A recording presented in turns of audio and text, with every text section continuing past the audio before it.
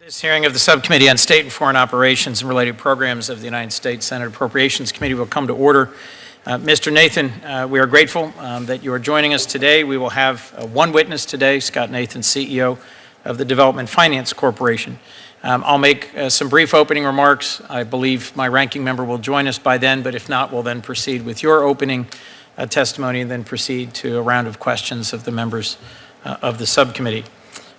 We meet in a moment when nationally we are facing the challenge of how do we sustain American competitiveness, how do we strengthen our place in the world, and how do we respond to recovery from the pandemic, to economic growth opportunities all across the world, and how do we sharpen and modernize America's development tools.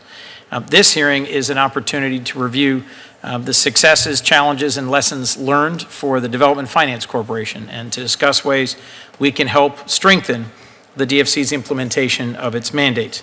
I have also invited the DFC Inspector General to submit testimony, which I will review and will be included in the hearing record. Some of our colleagues have scheduling conflicts, but I thought it was critical we hold this hearing today as we are working on drafting appropriations bills and other critically relevant legislation for the Development Finance Corporation. First, a quick word on the House Appropriations Committee allocations, which concern many of us, given the proposed deep cuts across agencies, including those funded by this subcommittee. I've worked with Chair Granger in the past, and I'm looking forward to working with Chair Diaz-Balart in his new role as the House SFOPS Chair. They are serious appropriators, and we share many priorities. We don't yet have the full picture of the resources or legislative provisions that may be included in the House SFOPS bill, but we do know the initial allocations include deep cuts, a cut of about 33% to the SFOPS allocation. The consequences of that, I think, would be grave.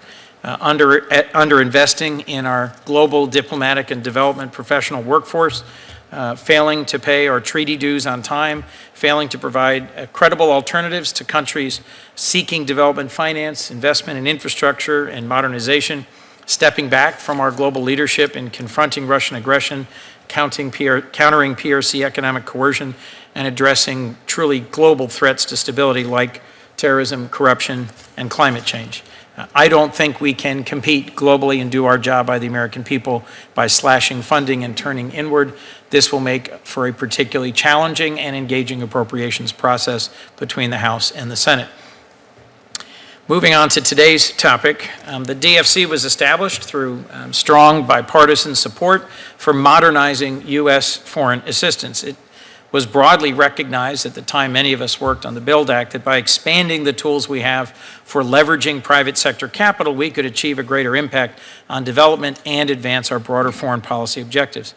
We also thought it was important to provide more opportunities for higher quality investment so that partner countries would not be susceptible to relying on coercive lending from other countries, principally the PRC, which across dozens of countries has too often been the only choice in emerging markets for rapid financing or access to large infrastructure investments. I am optimistic about the DFC's trajectory in seeking to meet these objectives as you approach your fifth year in 2024.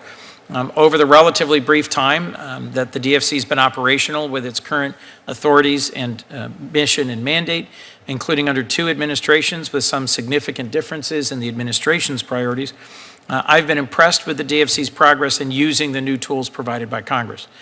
Fiscal year 22 set a record for DFC investment with over $7 billion committed to offer values-driven and high-quality alternatives and to drive investment in economic growth and development where it's most needed in the world. What matters more than the dollars is the projects themselves. You have worked to ensure that there's critical investment in energy transitions, in critical mineral supply chains, tackling food insecurity, facilitating responses to the COVID-19 pandemic globally by making available vaccines and investing in vaccine production, increasing capital access in countries plagued by economic crisis like Sri Lanka and in Ukraine, where Russia's war has had a devastating impact on its economy. There are so many more, and we look forward to hearing from you about them. To be clear, I didn't play a role in creating the DFC, imagining it would be a panacea to all of our global challenges. I have no illusions about the complexity of your work, but we look forward to working with you to take the next steps required to strengthen the DFC. I do hope to hear from you about planned internal reorganization and how you're working to strengthen the overall strategic direction of the corporation and communicating your priorities and your response to those who feel the DFC has been too slow to engage in either critical sectors or regions, including in particular the Indo-Pacific. I look forward to getting your perspective on some of the specific legislative reforms that I am pursuing with colleagues, such as ensuring you can fully leverage your equity investments as Congress intended, and potentially expanding country eligibility.